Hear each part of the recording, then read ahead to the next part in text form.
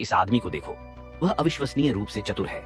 उसने गड्ढे में एक पाइप गाड़ा, उसे मिट्टी से भर दिया, उसे सघन किया और फिर सीमेंट की एक झिल्ली डाल दी। चबूतरा समतल और ठोस हो जाने के बाद उसने दोनों तरफ खाइयां बना दी। फिर उसने खाई के साथ साथ लाल ईंटें बिछानी शुरू की। प्रत्येक तरफ 3 परतों की ऊंचाई तक हवा भरते हुए उन्हें लंबवत बिछाकर एक नाला बनाया। उसने 2 सीमेंट की पटियाएं भी बिछा दी।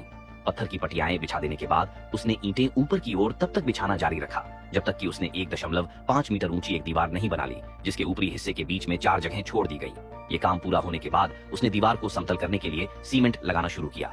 दीवार की रंगाई हो जाने के बाद उसने नाले की संरचना को पूरा करने के लिए आधार पर ईंटें खड़ी कर दी। फिर सीमेंट के चबूतरे पर एक त्रिकोणीय दीवार बनाई गई, जिससे सीमेंट की पटियाओं से एक ढलान बन गई। इस ढलान के बाद नीचे से पानी का निकास नाले तक बनाया गया। सतह की रंगाई के बाद मुख्य संरचना पूरी हो गई। साथ ही ऊपर लकड़ी के तख्ते रखे गए और प्रबलित कंक्रीट डालकर रिटेनिंग वॉल को ढक दिया गया। मुख्य संरचना पूरी होने के बाद उन्होंने प्लास्टिक के पाइपों को लगाने के लिए किनारे पर एक घुमावदार खाई खोदी, उसे मिट्टी से भरकर और उसे सघन बनाया।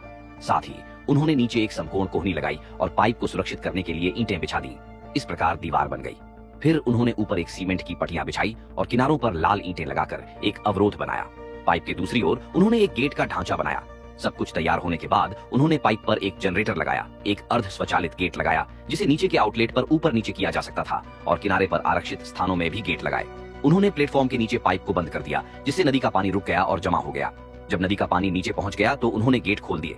पानी कुंड से बाहर निकल रहा था, जबकि किनारों से बहते पानी से एक घुमावदार धारा बन रही थी, जो जनरेटर के प्रेरित करने वाला को चला रही थी और बिजली पैदा कर रही थी। उसने घर की बिजली की समस्या आसानी से हल कर ली थी।